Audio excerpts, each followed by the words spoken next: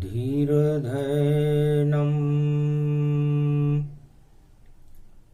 श्रवणपटेयतिवरा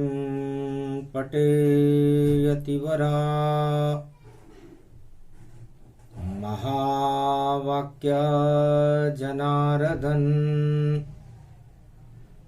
सच्चिदानंद त्वं शरणं ब्रजेश।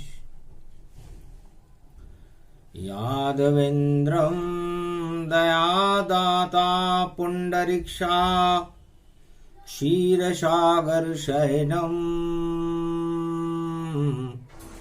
कमलनयनं नमस्तुते नमामि श्रीहरि। धैर्य से जिसको धारण किया जाता है, कर्णपटुओं से जिनका पान किया जाता है, ऐसे सच्चिदानंद भगवान श्री यादवेंद्र सरकार को मैं नित्य ही चिंतन करता हूँ, नमन करता हूँ।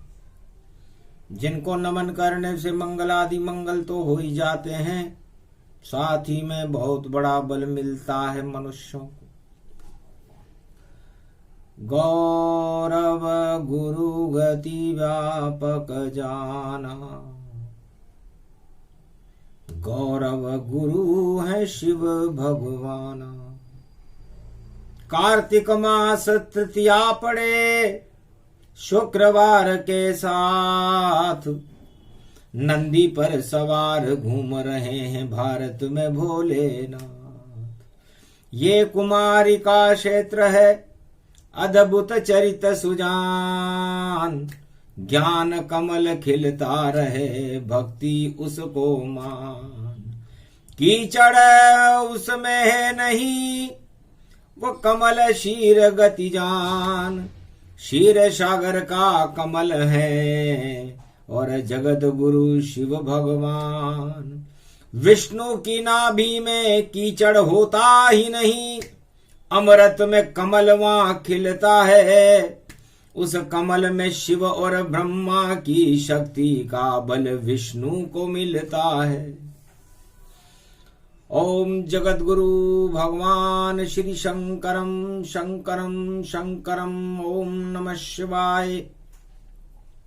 हर हर महादेवाय। पशुपति नीलकंठे लंबोदरे कदंतम, सर्वत्र विघ्ननाशा त्रिलोचना चंद्रलीलाटपटदे त्रिपुंड तिलकम, चतुर्भुजं मुक्तामणि परम प्रसन्न शिव। हर हर महादेवाय। नमस्तुते रामेश्वरम परम बिल्वपत्र रसाय। ओम नमः शिवाय। नमो नमः। कार्तिक मास किसको कहे और क्या इसमें अद्भुत शक्ति, इतना बतला दो बोले शंकर। क्यों करते सब इसमें भक्ति, पूजा अर्चन और सभी देव और एकत्रित यहाँ पर होते हैं। सबसे बड़ा मास कार्तिक, शुभ काम सभी यहाँ होते हैं। उमा जी ने भगवान शंकर से पूछा, महाराज सब कुछ अच्छा है, 12 मास में कार्तिक मास सबसे उत्तम क्यों है? इस कार्तिक मास की क्या शक्ति है और सारे देवता इस कार्तिक मास को क्यों पसंद करते हैं? और आप क्या कहना चाहते हैं कार्तिक मास के लिए? देवो हमें कुछ ज्ञान, शंभु भगवाना, और कर दो कलयुग में भारत कल्याण। भारत के कल्याण के लिए ये जानकारी, ये ज्ञान हम आपके मुखारविंद से वाणी में सुनना चाहते हैं। हंसने लगे शंकर त्रिपुरारी, उमा सुनो अब कथा ये प्यारी। कैसे कार्तिक मास है अति उत्तम गति मास, और ये कृतिका नक्षत्र में, और देखो त्रिलोक विख्यात, पूरे त्रिलोक में विख्यात है उमा जी। कृति है ये, भगवान विष्णु की कृति से कार्तिक मास बना है। तो भगवान विष्णु क्या कृति करेंगे, उसका आभास, उसका ज्ञान हमें इस कार्तिक मास के ग्रह नक्षत्र को देखते ही पता लग जाता है। तो दीपावली और पूर्णिमा, मावस और अमावस जानो, दोनों में ही ग्रहण को मानो। तो कार्तिक मास में जब कलयुग में भारत में 2022 में प्रारंभ हुआ तो ग्रहण की छाया में प्रारंभ है। सोमवती अमावस्या स्वाति नक्षत्र में ग्रहण की छाया से प्रारंभ होता है कार्तिक मास। तो सारी पापों की छाया को हटा देगा और समापन समारोह और शुरू हो अगहन मास। तो चंद्र ग्रहण वहां पर पड़े और कार्तिक ग्रहण के साथ। तो कार्तिक मास की पूर्णिमा का समापन भी ग्रहण में है और प्रारंभ भी ग्रहण में है। वृष और तुला राशि में ग्रहण की छाया में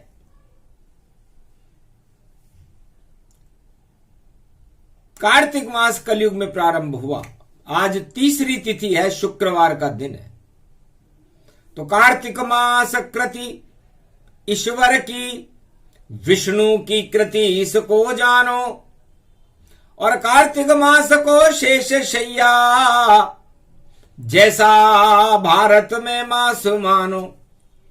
भगवान विष्णु तो 12 महीने ही शेष शैया पर विराजमान रहते हैं, लेकिन वो शेष शैया वैकुंठ में रहती है। लेकिन कार्तिक मास में वो शेष शैया भारत में रहती है और उस शेष शैया पर विष्णु और लक्ष्मी विराजमान रहते हैं।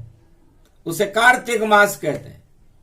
नया हर वस्तु नई हो जाती है और चंद्र सूर्य नया हो जाता है और सब शुभ काम यहां हो जाते हैं नए और देव सभी उठ जाते हैं। तो एक ही मास कार्तिक जानो और लक्ष्मी कृपा इसमें ही मानो। तो कार्तिक मास में ही लक्ष्मी का पूजन होता है। लक्ष्मी भारत में प्रवेश करती है और अपनी कृपा का प्रकाश फैलाती है, जिसे दीपोत्सव पर्व कहते हैं। और उसके 11 दिन बाद सारे देवता महालक्ष्मी और विष्णु के दर्शन करने के लिए लालायित रहते हैं। तो बड़ी दिवाली जानिए देव प्रबोधनी जान। प्रबोध का मतलब होता है देवताओं के अंदर ज्ञान और अमृत और शक्ति का बोध हो। तो सारे देवता भगवान विष्णु के साथ उठते हैं।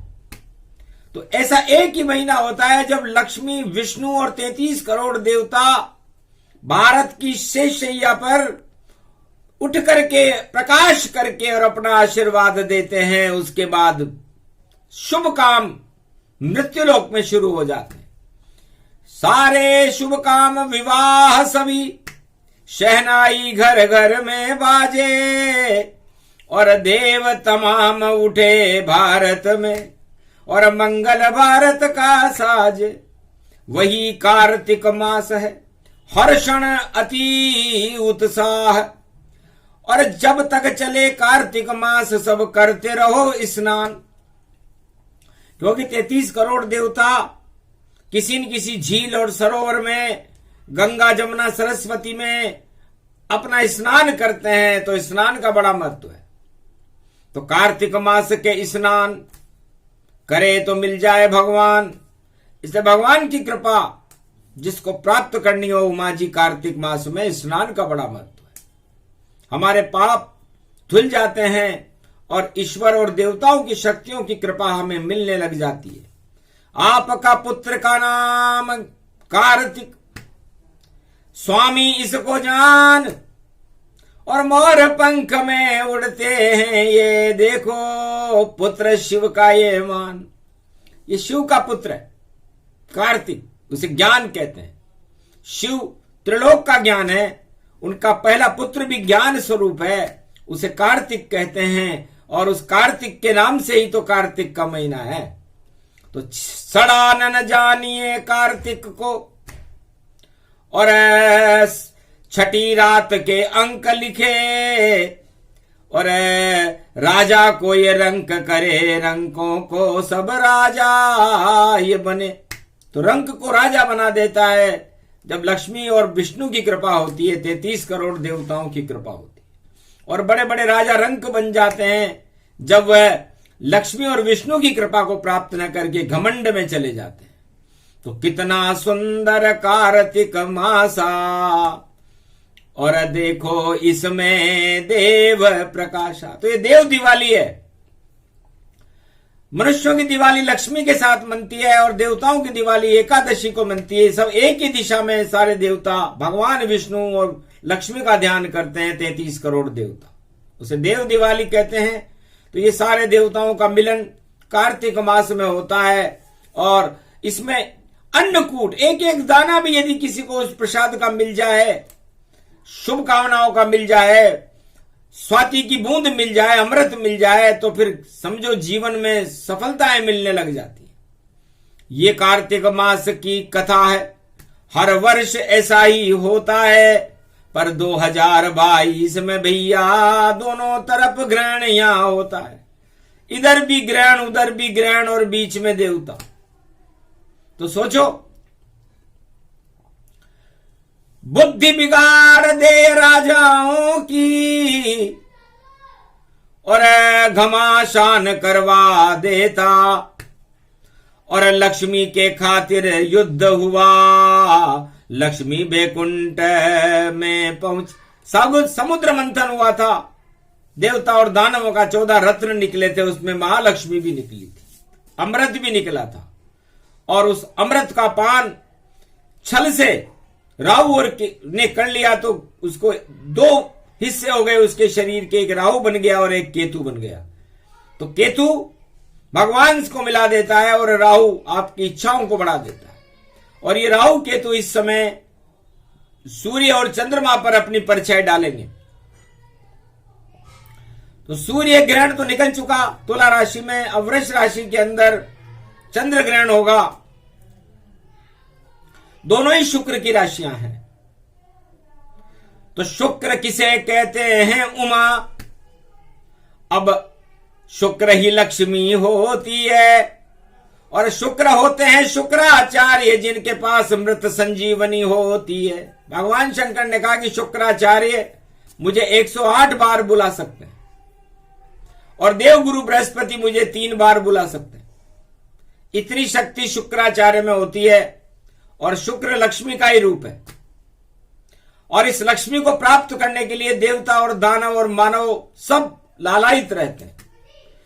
तो शुक्र कौन है, कहां है कैलाश पर, और उमा सुनो अब ज्ञान, और नंदी बेल हमारा, इसको शुक्र आप ही मान। ये हमारा जो नंदी है, जो हमें आनंद करा देता है, क्योंकि भगवान शंकर नंदी पर सवार रहते हैं, और नंदी पर सवार रहने के कारण उमा तुम्हें और मुझे बड़ा आनंद आता है। परमानंद कर देता शुक्र, और शुक्र हमारा वाहन है। और देखो इतना पावन है, और देखो आषाढ़ और सावन है। तो सावन में बैल हरियाली कर देता है, किसानों के खेतों में हरियाली हो जाती है। तो शुक्र 2 और 7 राशि का स्वामी है, वृष राशि का स्वामी है, और तुला राशि का स्वामी है। तो तोल तोल करके धन देता है ये बैल। तो जिसके होंगे कर्म, तो वृष राशि का स्वामी बैल है, और बैल के ऊपर शंकर सवार होते हैं, ज्ञान देवगुरु बृहस्पति। तो हम नंदी पर सवार हो जाते हैं जब कार्तिक मास प्रगटाते हैं, दर्शन करते हैं हम भी, और सब देव यहां उठ जाते हैं। तो लक्ष्मी संग शुक्र उठे, और कृपा लक्ष्मी की जान, तोल तोल कर देते सबको। देखो शंकर भगवान, तो शंकर भगवान तोल तोल करके देते हैं तराजू में। और तुला राशि राम जी की है, तो जिधर राम जी इशारा करते हैं उसको ही शंकर भगवान तोल करके धन दे देते हैं, शुक्र दे देते हैं। और जिधर राम जी का प्रकोप होता है उधर हानि हो जाती है। तो राम कृपा बिन कुछ भी और नहीं मिलता संसार, शुक्र बेल का रूप है जिस पे भोले उमा सवार। शिव शक्ति सवार रहती है उस शुक्र के ऊपर। तो शुक्र जिस वाहन के ऊपर भगवान शंकर और उमा जी बैठते हों वो वाहन शुक्र है। लक्ष्मी है, और लक्ष्मी के ऊपर कौन बैठते हैं? लक्ष्मी के ऊपर भगवान शिव और उमा जी बैठते हैं। और लक्ष्मी नारायण भगवान विष्णु हैं, और तराजू और वृष राशि के स्वामी शुक्र हैं। तो तोल तोल कर मोल मोल कर देखे पाप और पुण्य, उसके बाद उसे धन मिल जाता, बोले शिव गति शून्य। ये शून्य का सार है। और शंकर भगवान शुक्राचार्य के ऊपर बैठते हैं, बैल के ऊपर बैठते हैं, नंदी के ऊपर बैठते हैं, और ये सब योग कार्तिक मास में मिलते हैं। तो नंदी लक्ष्मी रूप है, पूजो नंदीताय, जहां नंदी का पूजन हो वहां लक्ष्मी प्रकट हो ही जाए। इसलिए तो गोवर्धन पूजा होती है। नंदी की पूजा क्यों होती है?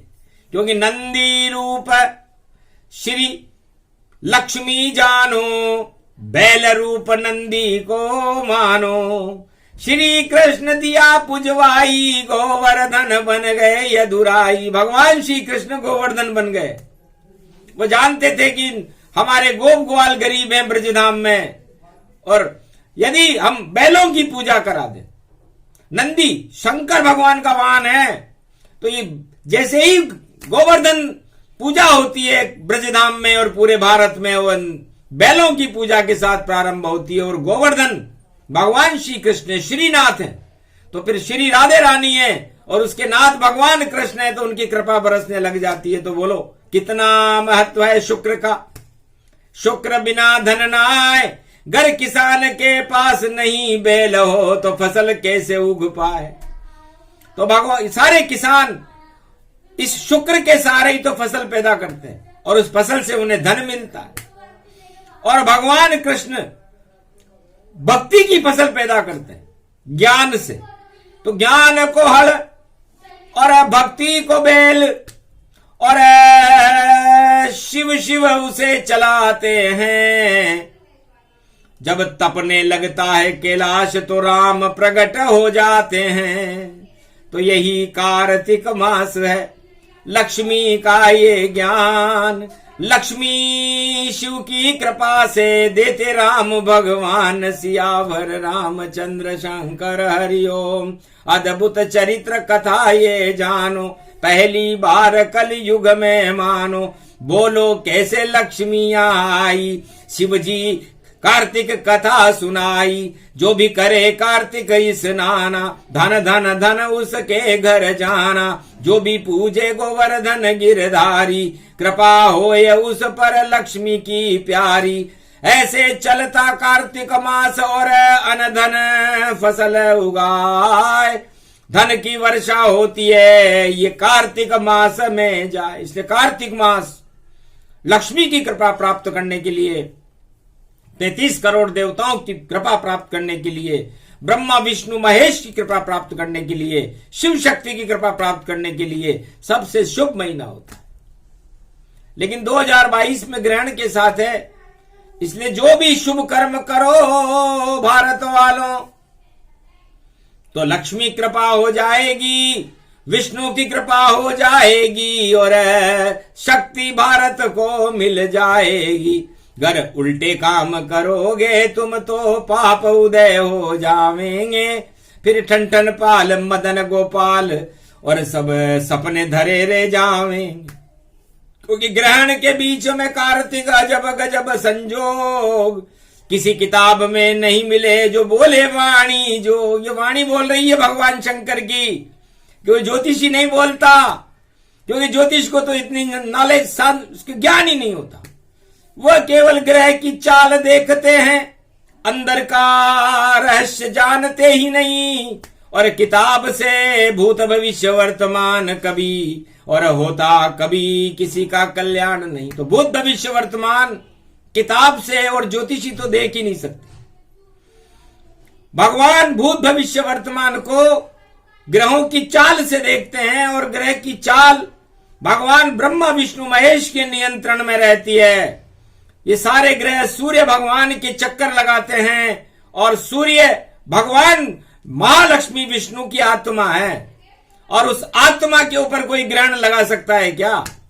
भृगु ने भी कोशिश की, भगवान विष्णु की आत्मा के ऊपर लात लगाने की कोशिश की। का विष्णु को घट गयो जो भृगु ने मारी लात, शांताकारम शांत रहे और नहीं बिगड़ी वहां कोई बात। तो उनकी आत्मा पर लात लगाकर भी भृगु ऋषि, जो ज्योतिष के सबसे बड़े ऋषि हैं भृगु, जिनको पूरा ज्ञान रहता है कि कब कौन सी चाल में क्या चलेगा, वो भृगु ऋषि भी भृगु वनस्थले भगवान विष्णु के हृदय के ऊपर उनके पांव की छाप अंकित है। तो उनकी सारी रेखाएं भगवान विष्णु ने वहीं देख ली कि जहां सूरज वहां पांव है तो जले ऋषि के पांव। अरे तत्काल हटा लिया पांव वरना आग लगे तन जाओ। सूर्य के भी कोई लात लगा सकता है क्या? भस्म हो जाए, लेकिन भगवान विष्णु ने शांति से ठंडा कर दिया, वरना भृगु ऋषि के पांव का पता नहीं चलता। इसे कहते हैं शांति की करामात, कि लात खाकर भी भगवान विष्णु ने भृगु ऋषि के चरणों को अपने हृदय पर अंकित करके उनकी रक्षा की। यह है चमत्कार। तो बहुत भविष्य वर्तमान। तो सूर्य ग्रहण तो निकल गया, लात वाला समय तो निकल गया। अब रात वाला समय है, जब कार्तिक पूर्णिमा गुरु नानक जयंती होगी, भगवान शिव का स्नान होगा, बड़ी पूर्णिमा होती है, और उसमें चंद्रमा पर ग्रहण लगेगा। तो चंद्र ग्रहण मन जानिए और मन गति रूप समान, तो हम शरणम ब्रजेश मंत्र जपते रहो तो होए सबका कल्याण। फिर प्रारंभ होए अगहन का मासा, हो जाए देखो चंद्र प्रकाशा। तो गीता का ज्ञान अगन के महीने के पहले दिन कार्तिक पूर्णिमा से भगवान श्री कृष्ण ने पांडवों को देना शुरू किया था। तो महाभारत ही समाप्त हो गया, सारी क्रोधाग्नि समाप्त हो गई, पूरे कौरव समाप्त हो गए, और भारत में धर्मराज की स्थापना हुई। तो लगता है उमा, आने वाली 21वीं शताब्दी में भारत में धर्म राज्य की स्थापना, राम राज्य की स्थापना होने के शगुन दिखाई दे रहे हैं कार्तिक मास में। इसलिए हे राजाओं, हे रूस और यूक्रेन वालों, और जितने सम्राट जगत के हैं, जो चाहे चीन, जापान या अमेरिका या पाकिस्तान सब देते हैं, चाहे बांग्लादेश और अब ईरान गति जान, घर घोर अशांति फैलाओगे तो बन जाओ शमशान। इसलिए ग्रहण लग जाएगा तुम्हारे। इसलिए रूस जी, पुतिन जी, जलस की जल ज्यादा न जल, पूरा ही जल गया यूक्रेन। अरे कर दिया पुतिन ने छल ही छल, तो पुतिन पुताई कर रहा, छल से करे पुताई। लेकिन भैया सावधान रह रे पुतिन, तेरी एक न चाल चल पाई। और ये तो सब योग देख रहे हैं, और भोलेनाथ सहाई। गर ज्यादा उचका उचकी करे तो सत्ता भी चल जाई। तो अपनी सत्ता से हाथ क्यों धोते हो पुतिन जी और जेलेंस्की जी? ये क्रांति को छोड़कर शांति की ओर जाओ। 21वीं शताब्दी शांति की शताब्दी है। चंद्र ग्रहण शांति देगा, क्योंकि ग्रहण में ही समाप्त हो जाएगी तुम्हारी रामलीला। उसके बाद तो फिर कल की लीला चलेगी। तो कल की लीला सबसे बड़ी, जिसे जान सके नहीं कोई, केवल वाणी जानती और ज्योतिष जाने न कोई। ज्योतिष में तो इसका कुछ व्याख्या ही नहीं आएगी, क्योंकि ज्योतिषियों के पास भारत की कुंडली है ही नहीं। वो तो 1947 से भारत की कुंडली बनाते हैं। भारत तो अनादिकाल से, सतयुग से। कहीं नहीं मिले कुंडली भारत की, फिर कैसे योग लगाओगे? घर 47 15 अगस्त से बनाओगे कुंडली, तो कुछ भी जान नहीं पाओगे। भारत तो भगवान का और अवतारों का देश, इसमें क्लेश जो भी करे तो पातालन में शेष। तो वो शेष होकर के पाताल में चला जाता है जो भारत पर प्रकोप करे। इससे संसार के सारे राष्ट्रों को भारत से मित्रता रखनी चाहिए, क्योंकि जो जो भारत में घटनाएं घटेगी वो सारे संसार में घटेगी।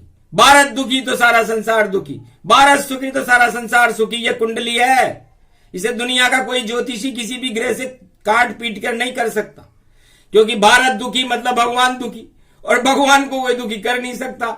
इसलिए उमा जी कार्तिक मास है।